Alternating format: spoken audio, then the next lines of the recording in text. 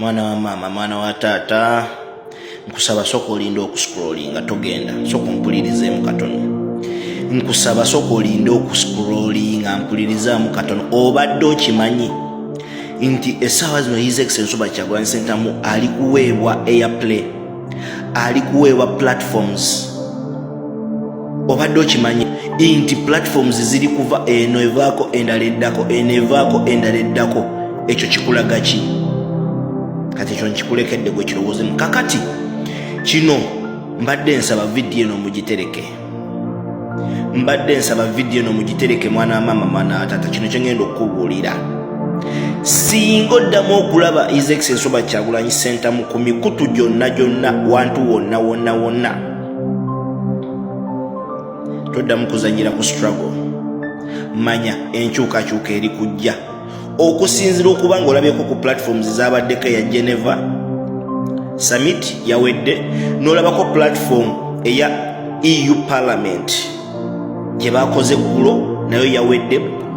Kati ngenda kuwaako platforms endala. Singa oddamu okumulaba ku platform zino awantu wonna wonna ng'aweereddwa obudde, oba nga abazungu bawaddeyo obudde okwongera okumuwuliriza, just know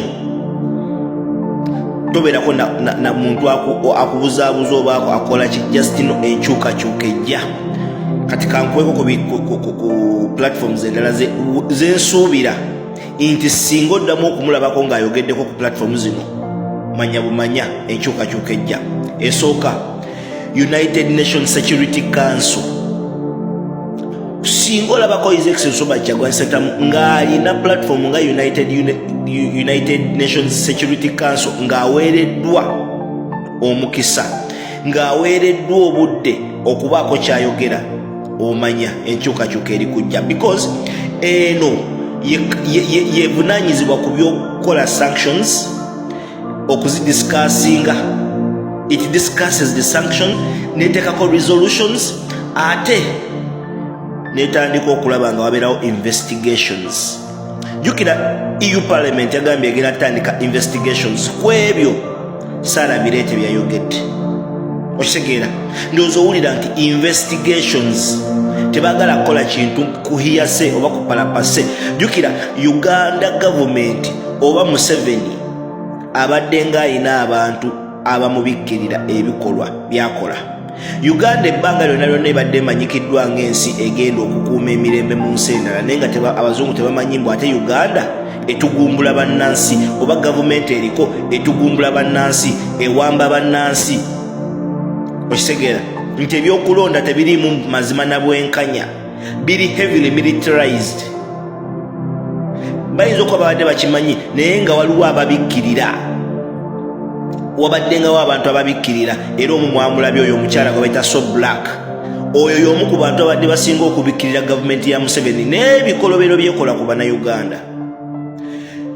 Platform endala singa olabako His Excellency Robert Kyagulanyi Ssentamu ng'alabiseko ku platform nga International Criminal Court ng'etaddeyo okusaba okutandika okuwuliriza, omanya enkyukakyuka ejja. International Criminal Court already walioko ku misango, naye it is silent as of now because yo okutekinga over waliwo ebisooka.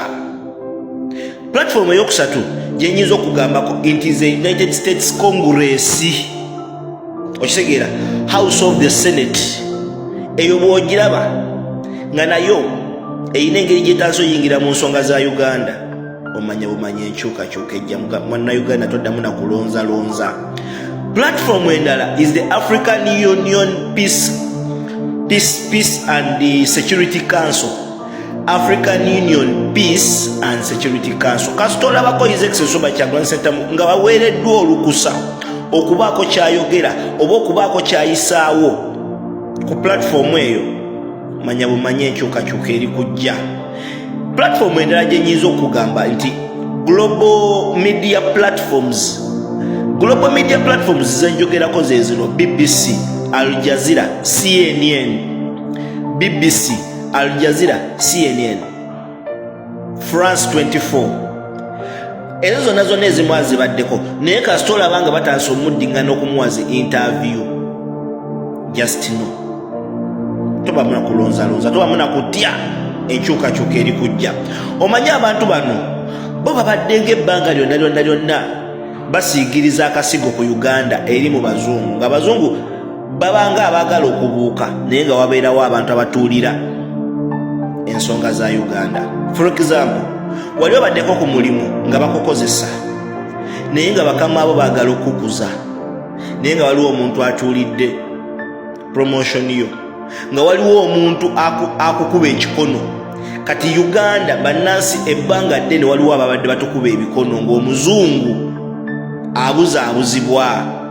Kati njagala kugamba nti His Excellency Robert Kyagulanyi Ssentamu appearing on many platforms builds awareness.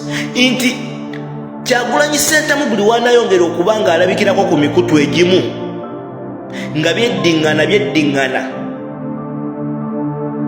bigenda kuleetawo awareness ey'amaanyi, oba okubuusa amaaso, oba omuzungu okugguka amaaso amanye nti actually ebiri mu Uganda n'ekifaananyi kye batusiigira birala byanjawulo.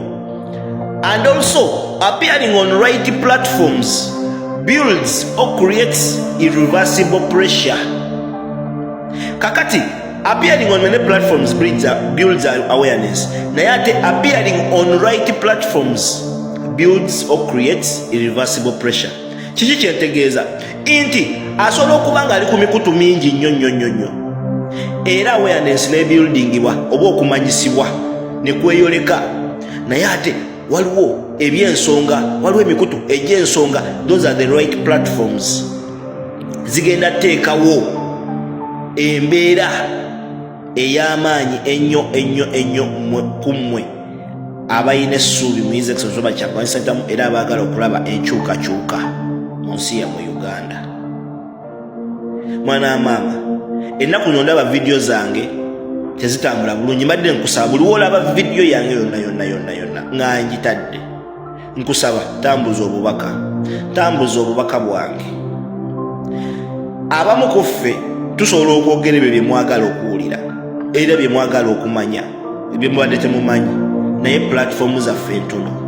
So mmwe abatulaba musobola okutuyambako okulaba nga tubuildinga platform zino, musobola okwongera okulaba ebyo bye mutamanyi, because ffe tusobola okuteekamu obudde okunoonyereza ne tukola research era ne tujja ne tubawa ekyo kyennyini kye mwagala okuwulira oba kye mwagala okumanya oba kye mwagala okulaba.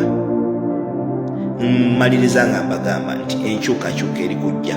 Singa olaba His Excellency Robert Kyagulanyi Ssentamu ng'omuzungu ayongedde omuwa airplay, ng'ayongedde okumuyita n'okumukyaza ku mikutu egy'enjawulo, ku platforms ez'enjawulo, omanya omusajja agenda.